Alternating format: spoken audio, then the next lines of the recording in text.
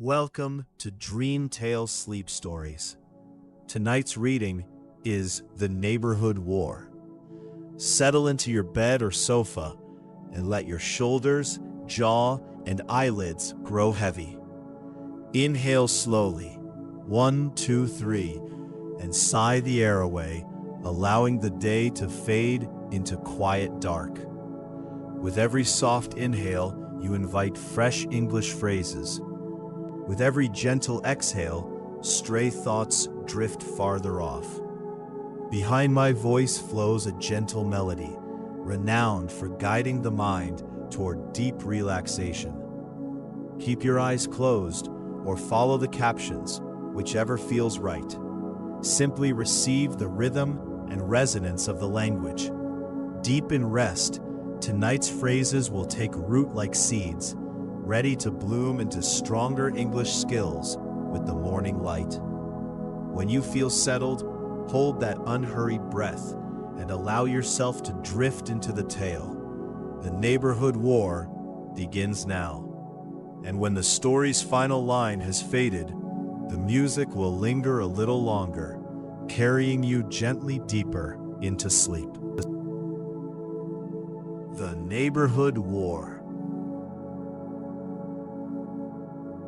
Maple Street was, by every reasonable measure, the most peaceful street in the entire town of Willowbrook. The houses were neat and modest, painted in soft pastels that caught the morning light just so. The lawns were trimmed to a respectful 2 inches.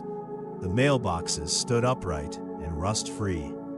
It was the kind of street where people waved to each other from their porches and left freshly baked cookies on doorsteps for no particular reason at all. Gerald Pemberton lived at number 14. He was a retired accountant who had spent 42 years of his life making other people's numbers add up correctly.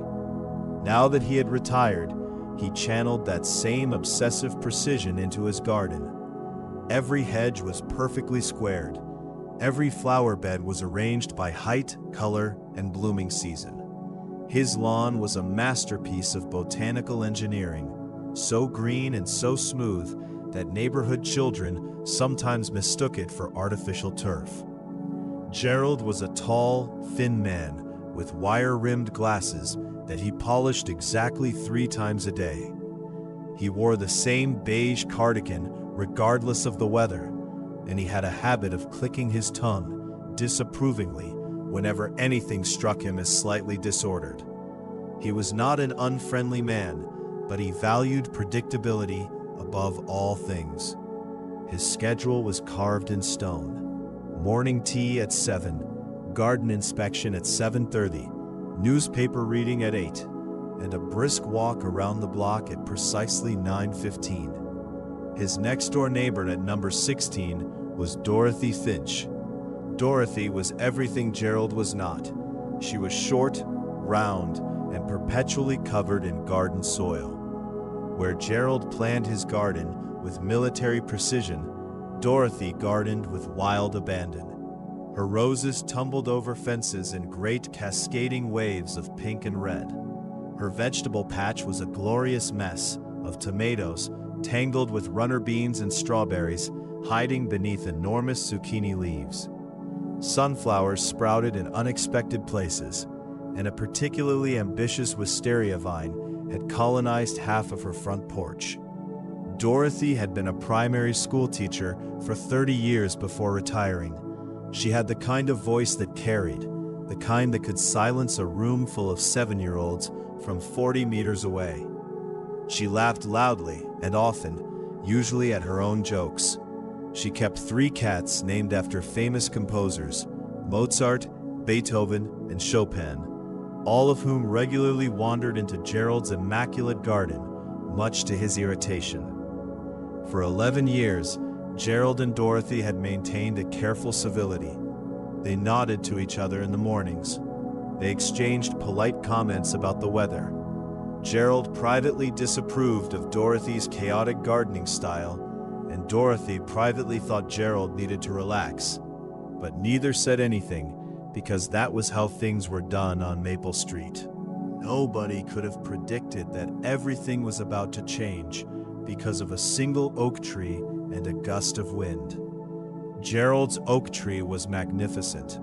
It stood at the boundary between numbers 14 and 16, its enormous canopy spreading generously over both properties. The tree had been there long before either Gerald or Dorothy moved in, and it had always been a source of quiet tension. Gerald loved the tree for its stately dignity and the shade it cast over his reading bench. Dorothy tolerated it because it was, in her view, the only interesting thing about Gerald's garden. On the morning of September 15th, an autumn storm swept through Willowbrook. It was nothing extraordinary. A few hours of heavy wind and rain that rattled windows and sent garbage bins tumbling down driveways. By noon, the sky had cleared and the sun emerged as if nothing had happened. Gerald stepped outside at 12:30 to inspect his property for damage. He walked the perimeter of his garden with his hands clasped behind his back, nodding with satisfaction at each undamaged shrub. His hedges had held firm. His lawn was intact. His ceramic garden gnome, Frederick, still stood guard by the front gate. Then he heard the scream. It came from the other side of the fence. It was the kind of scream that might accompany the discovery of a body, or at the very least, a very large spider. Gerald hurried to the fence and peered over. Dorothy was on her knees in her rose garden, her hands pressed against her cheeks in a posture of theatrical despair.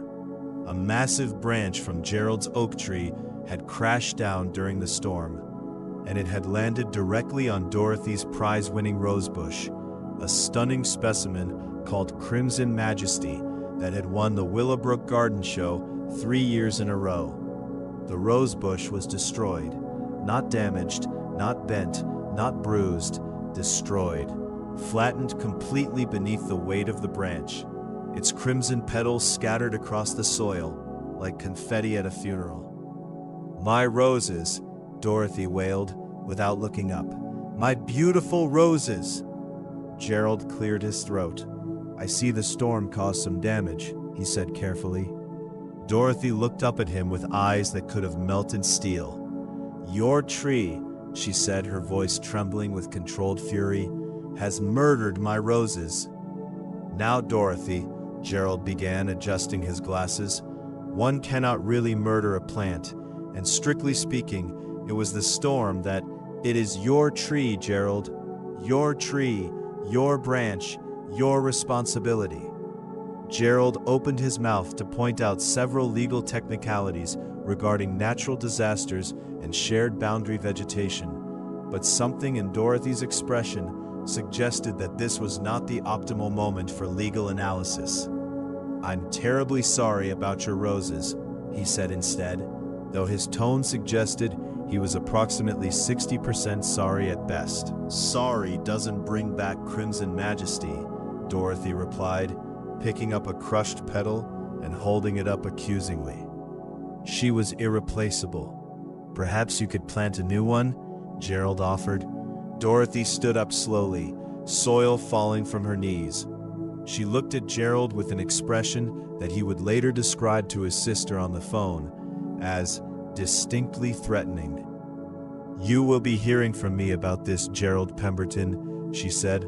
Then she turned and marched back into her house, leaving Gerald standing at the fence with a growing sense of unease. 3 days passed. Gerald assumed the matter was settled. He had even considered buying Dorothy a replacement rosebush as a peace offering, though he ultimately decided that this might be interpreted as an admission of guilt. On the morning of the 4th day, Gerald opened his curtains and froze.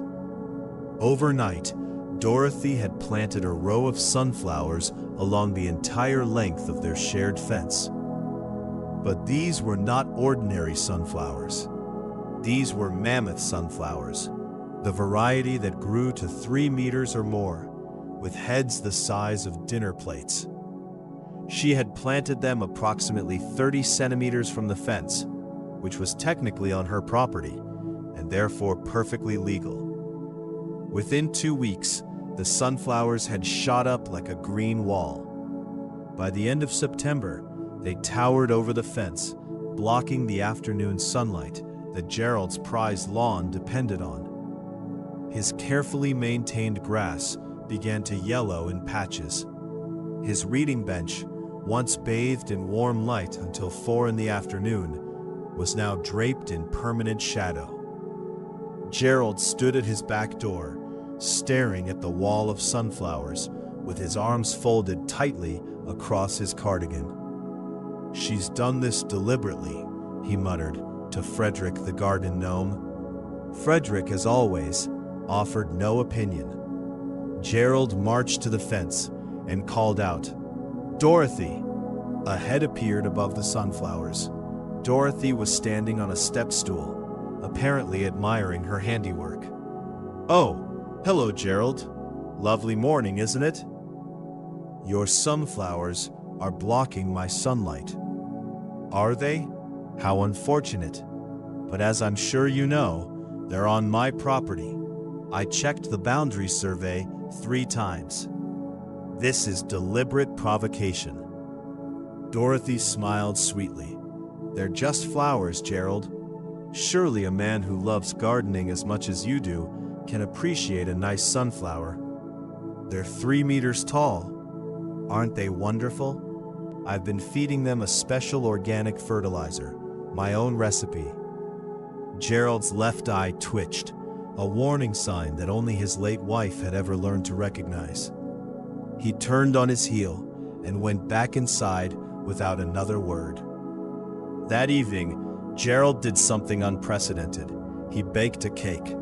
Not just any cake, but a 3-layer Victoria sponge with fresh cream and strawberries, following his grandmother's recipe that he had never previously had occasion to use. At 9 o'clock the next morning, he presented it to Margaret Chen at number 12 with a worn smile that felt entirely foreign on his face. "What a lovely surprise," Margaret said, accepting the cake with delight. "Just being neighborly," Gerald replied. Then, very casually, he added, "Terrible what's happening to the neighborhood, isn't it? These enormous sunflowers blocking everyone's view. I worry about property values, naturally." The seed was planted, not in soil this time, but in Margaret's mind, which was far more fertile territory for gossip than any garden bed. Within a week, Maple Street had divided itself into 2 factions, as neatly as if someone had drawn a line down the middle of the road. Team Gerald consisted of Margaret Chen, who appreciated his baking and shared his concern about property values. There was also Howard and Jean Walsh from number 10, who were instinctive rule followers and found Dorothy's sunflowers a bit much. Old Mr. Patterson from number 18 joined primarily because Dorothy's cat Beethoven had been sleeping on his car bonnet. And the Yamamoto family at number 20 were recruited when Gerald began delivering homemade scones every Wednesday. Team Dorothy was equally formidable. Sandra and Phil Brooks from number 22 had always found Gerald insufferably rigid. The young couple at number 8, Aisha and Tom Kowalski, sided with Dorothy out of principle. They felt Gerald represented everything boring about suburban conformity.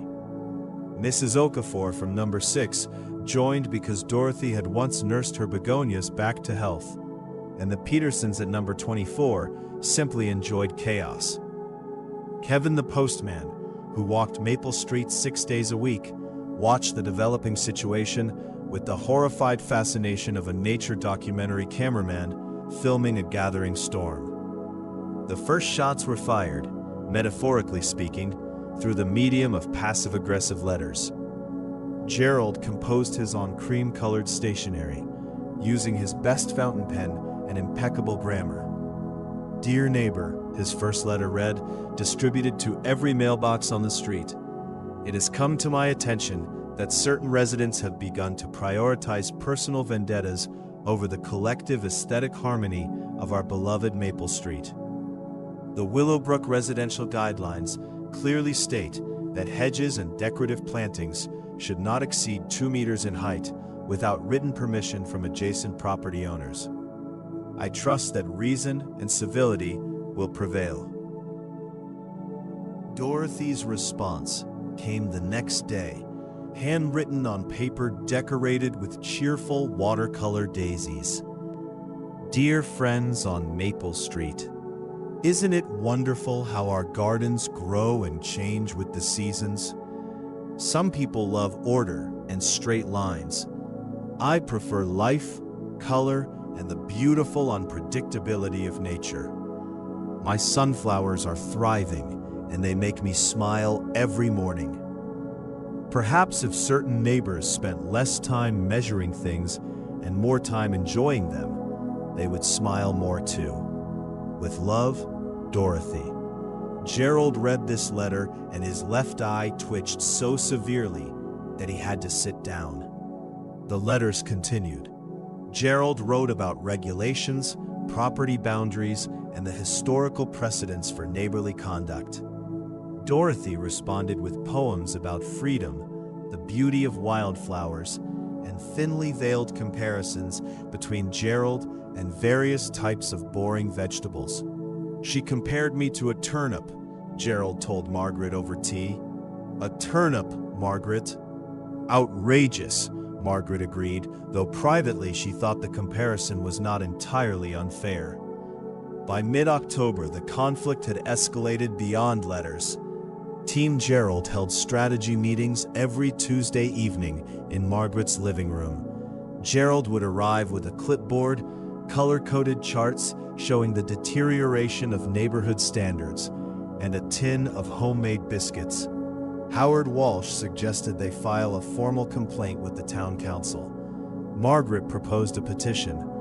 Gerald considered both options, then rejected them as too slow. "We need to fight fire with fire," he announced one Tuesday, his glasses glinting with unfamiliar determination. Team Dorothy gathered at number 16 every Wednesday, sitting among Dorothy's abundant indoor plants, while Mozart the cat wound between their ankles. Their meetings were considerably less organized, but significantly more entertaining. Dorothy served enormous portions of homemade lasagna while they discussed Gerald's latest offenses. "He's measuring my sunflowers again," Dorothy reported. "I saw him with a tape measure at 6 in the morning." "The man's obsessed," Phil Brooks declared. "I think it's hilarious," said Tom Kowalski. "My wife and I moved here because we thought suburbs were boring. This is better than television." Gerald's counteroffensive began on a Saturday morning. He hired a professional gardening company to reshape his front hedges into elaborate topiary figures, a hedge elephant, peacock, and swan, and installed solar-powered fairy lights. The effect was spectacular, attracting newspaper coverage. Dorothy observed this from her kitchen window, her competitive fury intensifying. She hired the same company, paying double, and transformed her garden into a burst of color with wildflowers, a fountain, and bird feeders. The newspaper returned with a glowing piece about the creative spirit of Maple Street, which Dorothy proudly displayed where Gerald could see it. What followed was an escalating series of additions. Gerald added a topiary giraffe. Dorothy added another fountain. Gerald installed a flagpole. Dorothy painted her front door bright purple. Kevin the postman began timing his deliveries to avoid the worst of the tension.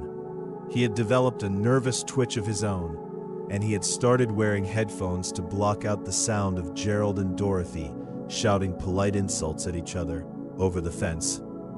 It was Margaret Chen who proposed the garden contest. "We need to settle this properly," she told Gerald over their weekly tea. "A formal competition.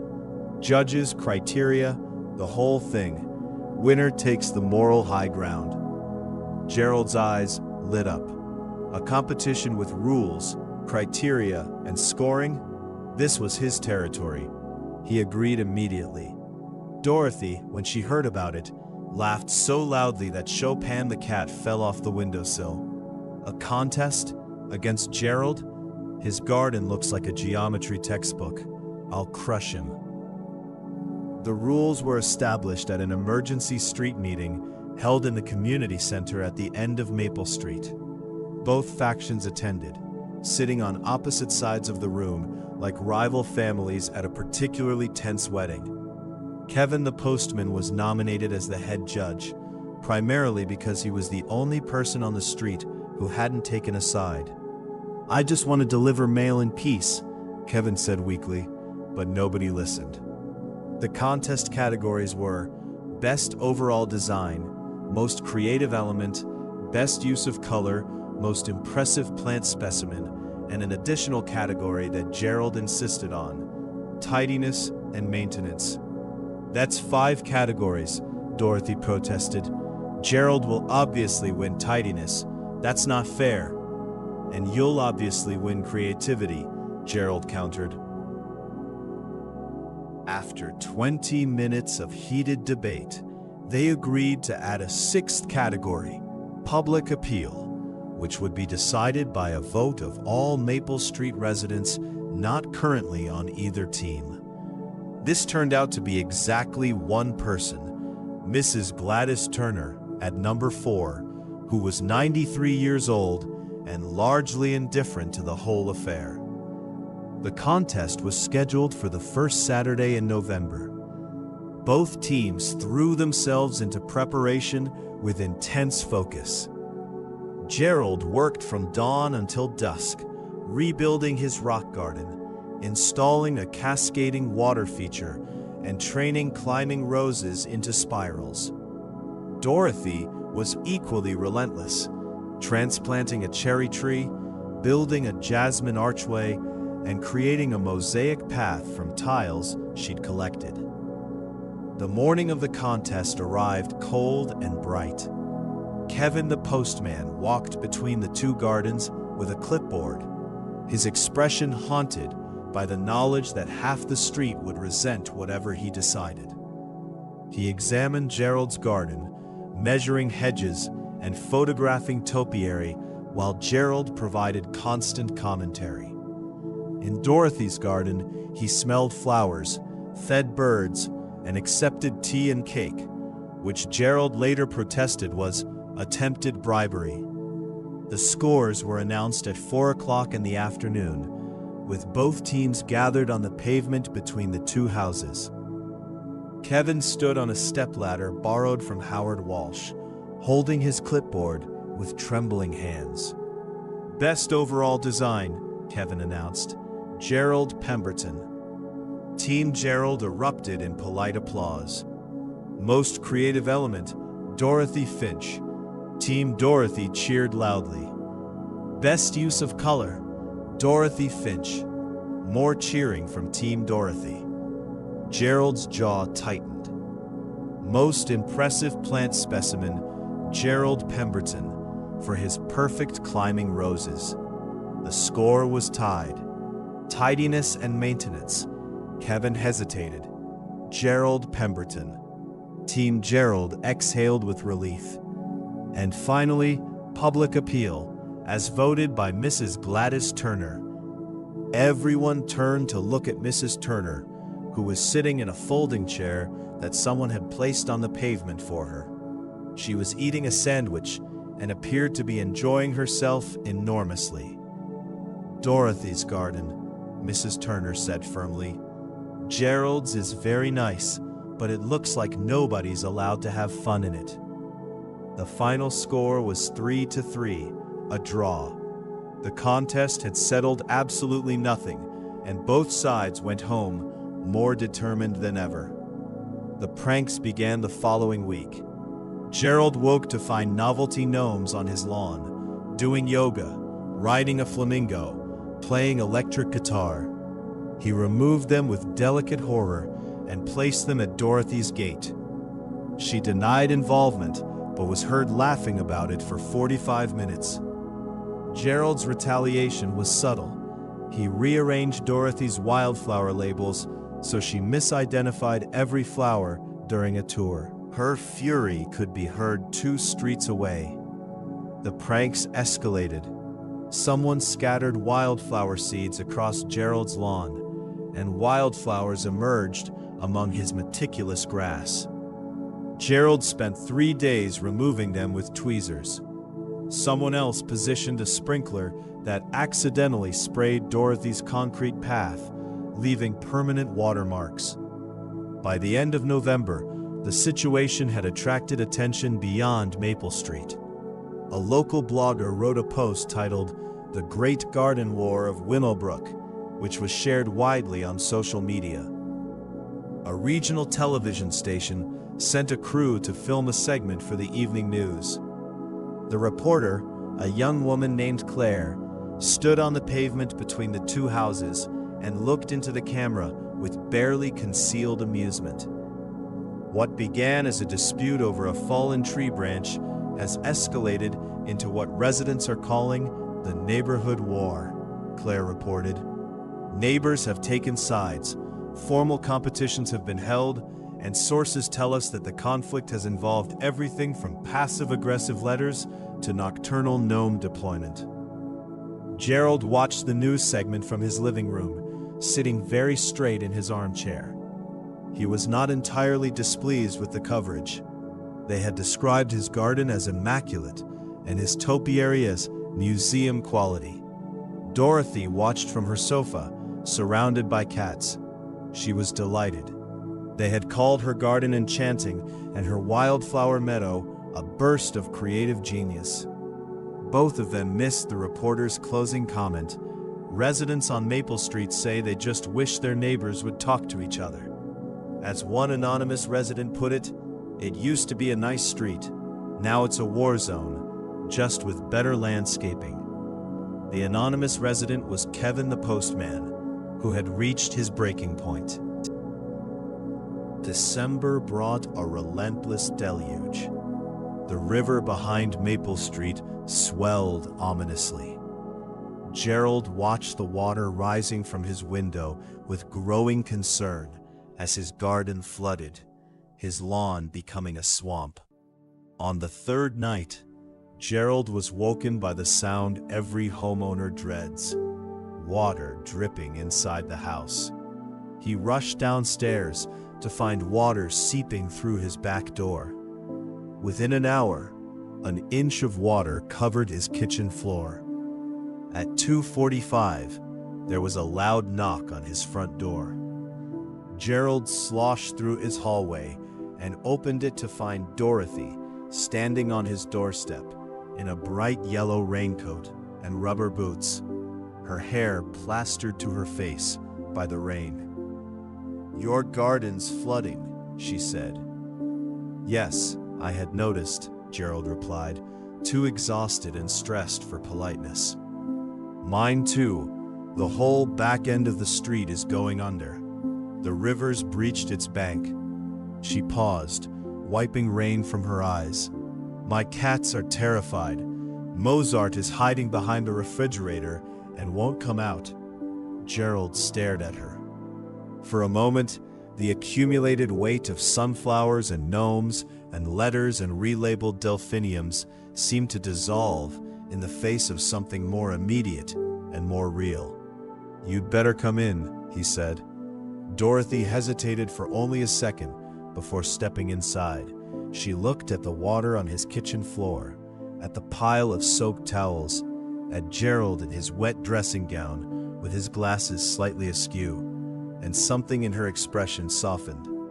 "Have you got sandbags?" she asked. "Sandbags? Why would I have sandbags?" "Right. Okay, we improvise. Do you have bin bags? Heavy-duty ones?"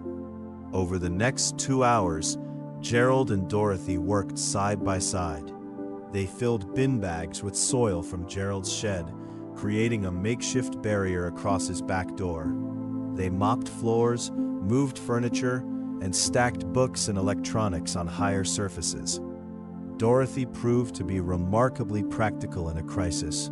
Her 30 years of managing primary school emergencies had prepared her for exactly this kind of organized chaos.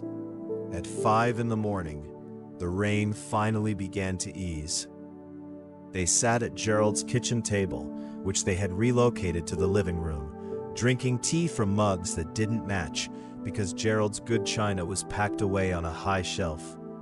Dorothy looked around the room. "You have a lot of books," she observed.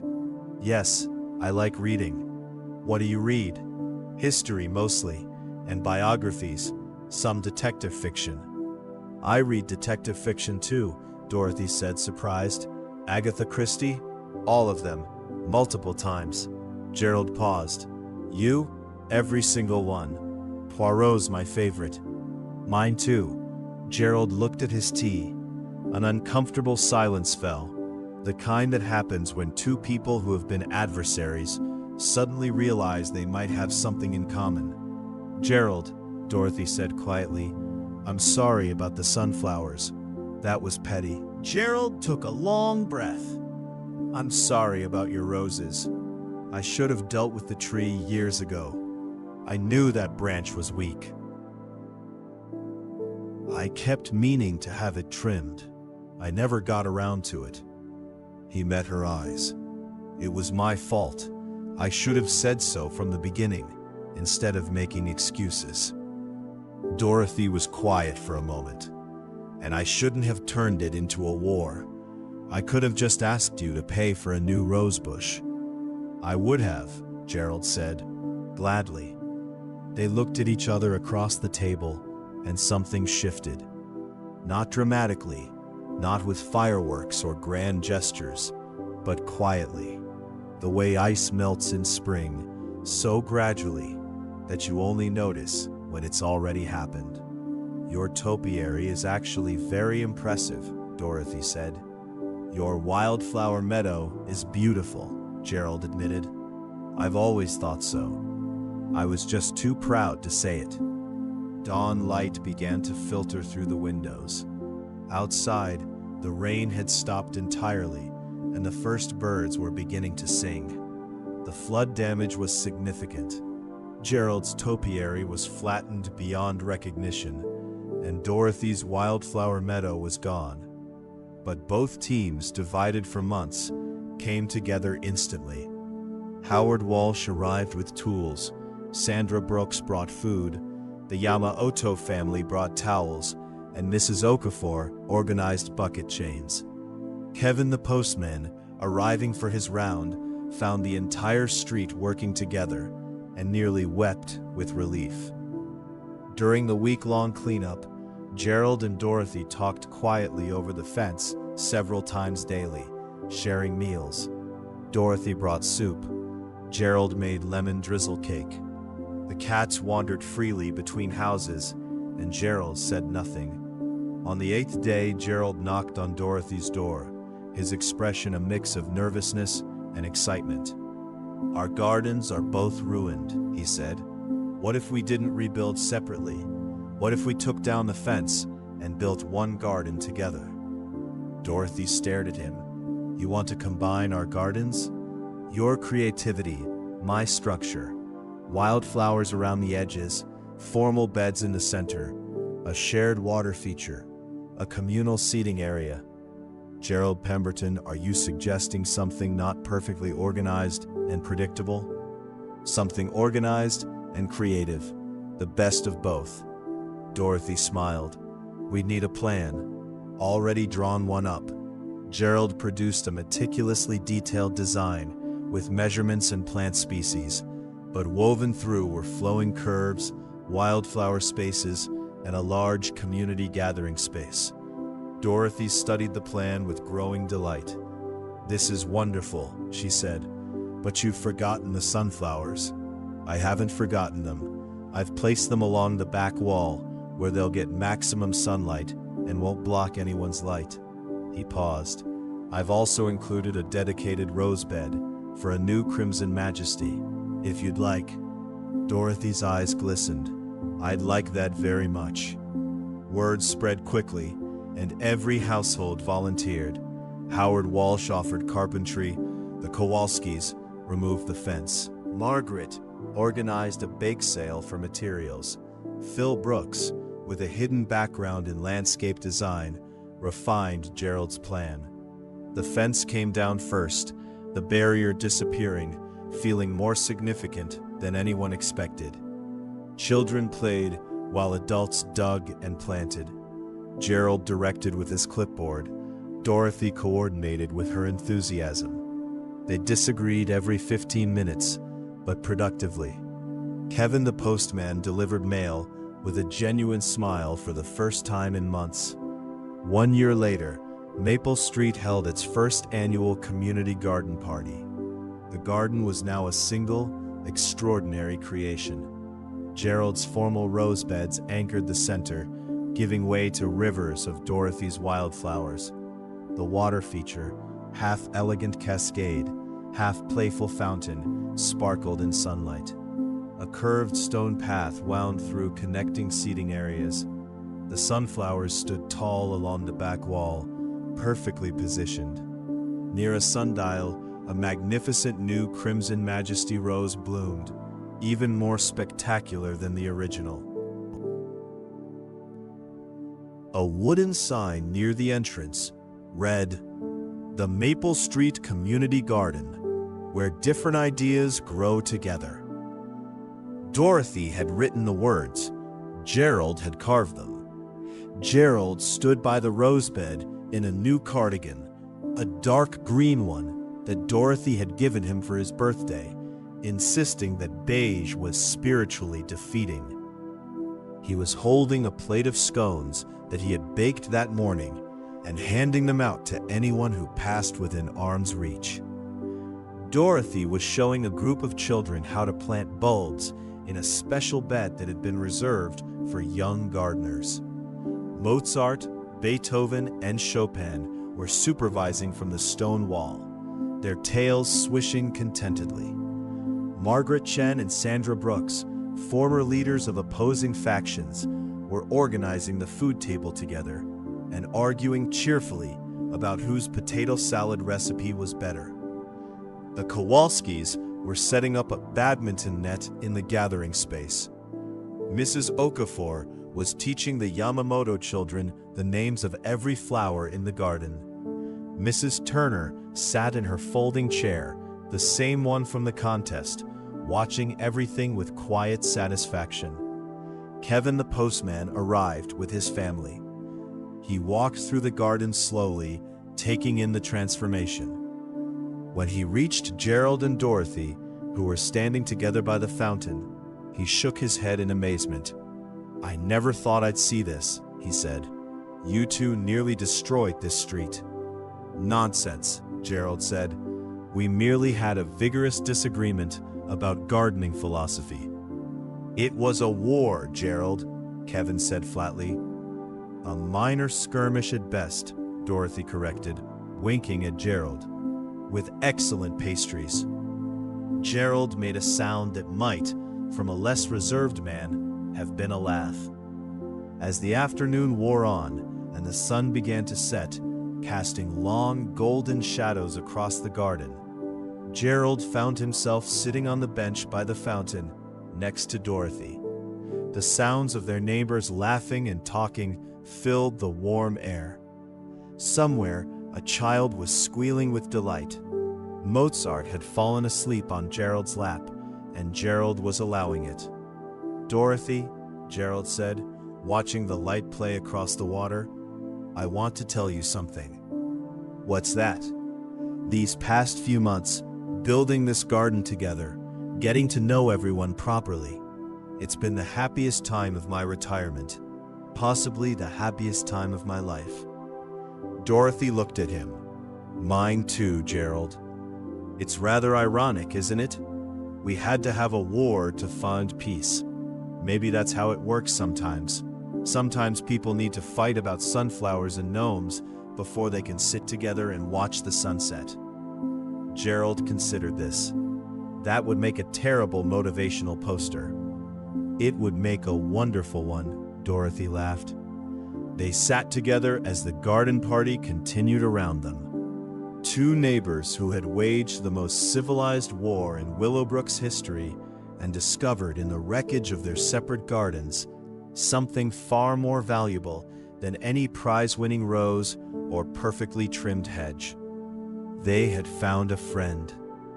Frederick the garden gnome stood nearby, relocated to a spot of honor beside the fountain. He wore a small knitted scarf that Dorothy had made for him, and if ceramic gnomes could smile, really smile, not just the fixed grin they come with, Frederick would have been beaming.